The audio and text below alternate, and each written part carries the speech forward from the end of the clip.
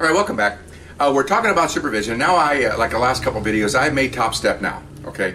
And this is an answer to a question. So if you want to ask a question, just email me at, very good.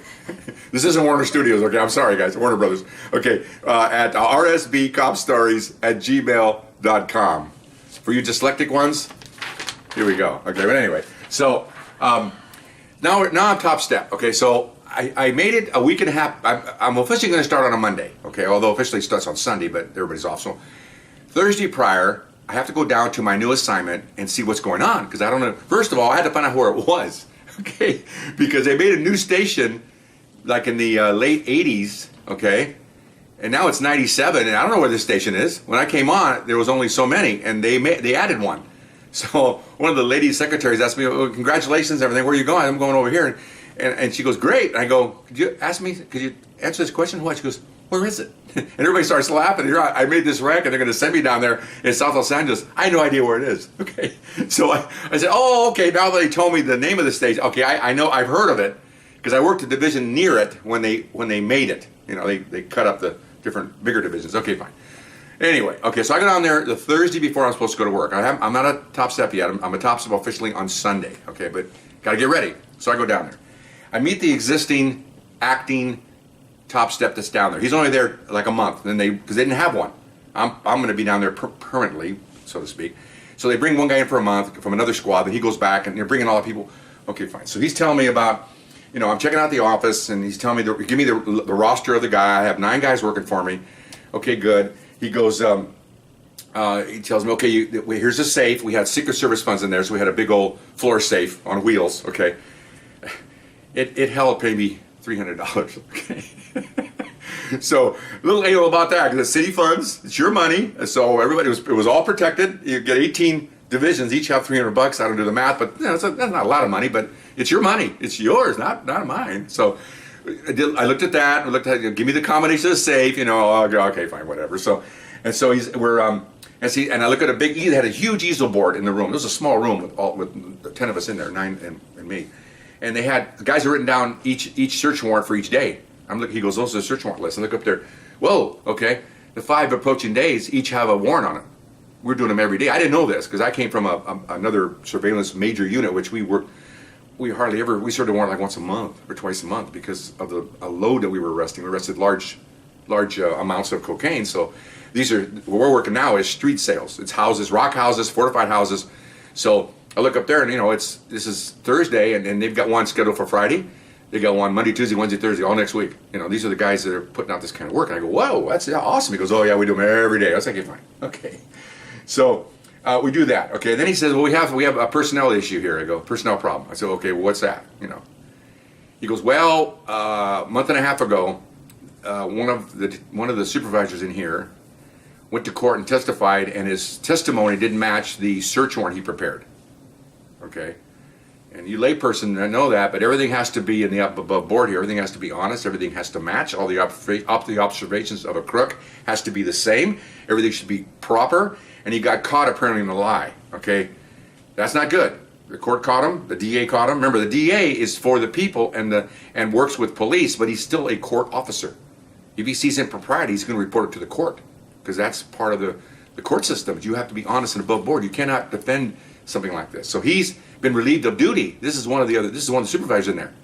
Whoa, what's happened with him? I don't know. And they got him relieved of duty, and Internal Affairs is in there, and they got district attorney is in there, and he may not come back. In fact, rumor was going that he would never come back, and ultimately he didn't come back.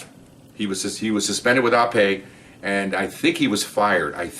I'm not sure because I didn't follow that because I'm too busy. You'll see pretty soon here of doing what I have to do, and this is not my problem necessarily because he's gone now. Okay, so he briefed me on that. Okay, and then he told me that there's 2 of us in there now, myself and another supervisor, and there's 9 subordinates. Okay, 8 subordinates. I'm sorry, 8. He told me that the other supervisor is in here. He'll be gone another week. He's on military leave, and I'm going, oh, okay. So now check this out. You're a new boss. You're going to a new assignment. You have an assistant in your office in there. You have 10 people. You're going to supervise 9 people. And you walk in Monday morning, you find out the other assistant's going to help you get acclimated to this job. Is not going to be here for a week. You're by yourself. And there's not a switch where Friday I'm a second level supervisor, okay? Sunday morning I flick a switch and now I'm all knowing top step and now I go to the new job on Monday. It doesn't work that way, okay? Even though I know kind of what I'm doing, it would be nice to have a supervisor, even though he's my subordinate, there to help me get through the first difficult days of military service, as in one of the movies back years ago. No Time for Sergeants was Andy Griffith. I'm a movie buff. But anyway, but I'm going alone. So it didn't freak me out, but I'm thinking, oh man, you know. But you know what, hey, again, I've got him, got the hat, I got him.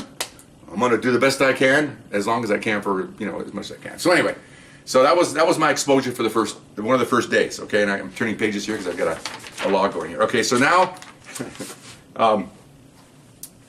after that meeting with him, then a couple hours down there, we went to lunch, came back, and I get a call. I got to meet the captain. Okay, one of the captains that promoted me. Remember, can you imagine, as a like the last video, if I'm just a detective sitting in a squad car or looking for dope dealers, that's great. You know, one-dimensional, kick back, you know, read a paper, talk to my partner, go arrest somebody. Okay, this is really a lot of stuff going. This is the first day. Okay, so then I go at 1:30. I go meet my captain. I was doing congratulations again, you know, and everything else. Sit down, okay, and he wants to give me kind of like a philosophical talking to, you know, like, not like a coach, but something like, you know, what he expects me to do. And I'm going, good, let's go, you know. He's the one that promoted me. Okay, so he says, well, you know, he says that you I'm sorry, I can't read my own writing. Okay, he told me that there's a problem in this squad, and I kind of knew it was because of the detective that was suspended for internal affairs. That was one of the two in charge. They had a top step in a while. They had two mid-level supervisors, no top step running the squad, and that's okay. They're supervisors, but then one of them got, you know, relieved of duty pending an internal affairs investigation. Leaves one, and they're moving in top steps every month for the last 5 months. He tells me we need stabilization down there. We hear the morale is really bad down there, and I'm going, oh, this is great, okay. And he goes over the fact that this one detective is, you know, relieved of duty, and he even said, I don't think he's coming back. He may lose his job. Okay, and again, I wish I knew what the result was of that guy, but I don't know. Okay. Thank you, Captain Obvious. Okay, fine. Okay, so anyway, it was double. Anyway, so then he says, I want you to fix it. Okay, now that's the key, because I remember I told you earlier in RealCopStoriesVideos.com, vice scandals, there was a big one there, can ruin departments. At least made them look really bad. Okay, so they want it fixed because they have 18. He has 18 of these divisions, narcotic units. If he finds there's something wrong with one of them, he'll take everybody out of there. He'll clean everybody out of there, and I'll be there myself. Okay, which is fine. I did in the Marine Corps. I'll do it here. But he said, but I need you to go down there and see if it needs to be that radical. Okay, if I need to purge.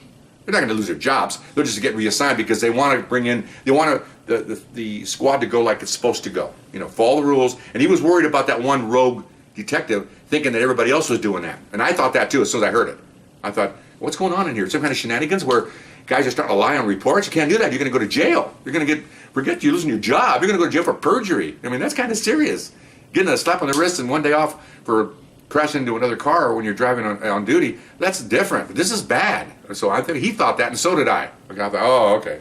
So anyway, so he says that they need stability, that they want me to fix it. Okay, so I said, how much leeway do I have? Oh, and by the way, let me tell you what happened here. The captain is my academy classmate. So instead of in the room with him, instead of calling him captain, I'm calling him by his first name. He's calling me by my first name. Now, once I'm out in public with him and with other officers, then it's captain. But he told me, no, I want to tell me my first name because we were classmates for 6 months and we ran together and showered together and all this other stuff. Okay, so it's easier to talk to someone that you know, not just some stranger, pretty much. So he said, you do what you have to do. I said, well, okay, so I'm going to go down there. I'm going to give me a chance, and if I see I got problems, I'm going to call you, and I need some people relieved and taken out of these. He says, absolutely. You tell me what you need. I will purge them, and I'll bring you in some people. We'll fix it. I said, okay, because he goes, morale's really bad. I said, okay, fine. He says, you got to, when you get going, I'm going to call you, probably 3 weeks, 2-3 weeks, to see how it's going. And then before that, if I don't hear from you, he's telling me this, if I don't hear from me, I assume it's going well. I said, okay, yeah. And what happened is, I'll try to remember to call you. I don't know how busy it is down there. They got warrants every day. He goes, they do? You know, he didn't really know that. When you got 18 divisions working, he's probably not keeping track of this one. I said, so they're pretty busy, but not busy enough to call you. So I'll call you if there's a problem. He goes, okay. Other than that, if you don't hear from me, then you can assume that things are going really well. He goes, good. He says, fix it. Fix the morale, fix the people, kick them out of there if you have to. We're behind you 100%, meaning the other two captains and him, because they talk about, remember now, it's easy to talk about things that go smooth, you know, but it's hard to talk about problem, and this became a problem, so now these three captains are discussing it, because it's a personnel issue. You got 400 and some officers in here, and they're going to have to adjust it and kick them out. So they're looking for me to do it, because that's my rank, that's my job, that's the rank I have, is I'm the bad guy, so to speak. I'm the guy that's going to take care of it. Okay, so we were doing oh my gosh, I can't read my writing. This is terrible. Okay, so the second day I come to work. This is the first day. Okay, so I come to work Monday. Okay, I come to work Monday, and lieutenant called ahead of time and said that he wants to meet me at 11 to brief me and tell me. Okay, so a lot of things working here. I said, okay, great. So I came in early, and I was told that I need to talk to the. Let me go off track here. We had a double-side trailer in the parking lot of a regular police station. We're not part of the building. Our double-side trailer was a narcotic trailer. And we had 3 loanees from patrol with us. So I had 9 assigned, I had 3 loan, I had 12 people. They're there for like 6 months, and then they get rotated out. Okay, so I was told I need to liaison with the captain of the division who's giving me the loanees so we can continue to do the rotation period, because I was getting warm bodies here. I needed bodies, you know. It's nice to have a lot of people who do a search warrant. Instead of 9, we had 12, you know, which is really nice. So I got in early, I'm all excited, you know, my job, and okay, so I go in there, I'm talking with him. I come out there about 10:30, I come back, one of my guys says, hey, Lieutenant called and said that he made a joke saying, you start at 10 here, you're not working the other assignment, where we stop, we come in whenever we want. Okay, so I kind of went, oh really? Okay, I'll put that back there in my little memory bank. He's already got me thinking, what an a-hole already, okay? I came in half an hour early, incidentally not charging the city for that. Okay, I could have put overtime in for that. No, I'm interested in what I'm doing. Okay, it's fine. So, okay, I said, thank you for that. So I'm alone. So there's a warrant ready at 1 o'clock. So I have to go in there and meet him. So I go down there and meet him, okay. As I'm en route, I'm thinking, this is great. Even though he did that little shot at me, he was trying to be a joke, everybody's a comedian, okay. This guy, this lieutenant, and I worked together in 1974 as partners, as policemen. So I thought, this is great, you know. Not that it means anything, but you know, he's Latino, I'm Latino, you know, it's just good. This is a good thing. That I got an old partner, we're gonna get along just well. I heard he was a little bit strange, but you know, you hear rumors, maybe he's not. Okay, so I go in there. Oh my gosh. Oh, how much time do I have left? Because I have this next thing coming up, might take a few minutes. Okay. I'll get this in and we can stop. I meet the guy, okay, how's it going? Okay, first thing he did was, he says, you have a personnel issue problem. Okay, so I'm going, uh-oh. The captain just told me that. Yeah, one guy, he gave his name. He might be a problem. I said, how do you know he's a problem? Okay. Well, he hands me a sheet of paper. Okay. And I look at it, and it's got the names of all my people on it, and there's a number behind each one of them, like 6, 4, 3, and this one guy has 1. I go, what does this mean? Oh, that's an administrative tool I came up with. I'm thinking, uh-oh, this guy is a bean counter, here it comes, okay? I'm a street cop, okay? And every month we have to submit our arrest logs where it shows all the arrests, he handles 4 divisions. And he can look at it and see how we're doing and what kind of arrests we're making, which is good. That's good to know what your group is doing, you know, warrants and all this stuff. So what he did because sometimes you work with your partner and next day you work with another guy, because it's a squad concept. There's not people permanently paired up. So what he did was that he gave each guy, oh, this is so complicated. Smith and Jones, they work together, they make an arrest. Smith gets half a point and Jones gets half a point. Yeah. The next day, Smith and Lewis work together. They make an arrest. Smith gets half a point. Lewis gets half a point. You see what's happening here? He's accumulating the points. You get half a point for an arrest because it's you and your partner. But we're not partners here. We're 9 individuals doing anyway. So he has them up to the end of the month, and he can tell by those number system that who's not working. Jones has 6. Smith has 9. This one guy has 1. Well, he's obviously not working. I'm like, what the heck is this? Okay. What kind of a system when you have a squad? It's different when I was a partner with your partner every day for 6 months. Yeah, you can decide these guys aren't working. But the whole squad's working. When you make an arrest, Everybody hits search warrants. Everybody hits the door. Everybody processes bodies. Everybody books the evidence. It's not an individual thing, okay? So I go, well, all due respect, Lieutenant, but shouldn't I be the one looking to see who's not working? Well, yeah, let's just help you out, okay? So I go, okay, fine. I had a piece of paper, I go like this. I threw it in the trash. You got anything else? You would think I just slapped his firstborn across the head. He looked down there at that sheet of paper. That was his pride and joy. That's his bean counting, commandments. I mean, oh my gosh. So he handed me another one. I thought, okay, well, I won't do it there. I folded it, put it away. He goes, oh, no, where's one? So he told me some more things. Whew. Okay, so he was done. And so I walked out there thinking, oh my gosh, this guy is weird. I have to work for this guy? Oh my gosh, he has no idea what's going on. He's just clueless. He's clueless. I think he felt he had to do something. Well, that's not his job. And I told him, I said, it's my job to keep track of these employees. And he said, well, let me know about him. I said, okay, let you know about that. Okay, I'll end right now, ran out of time. We'll go on to the next one, okay? Thank you. See you next time. Bye-bye.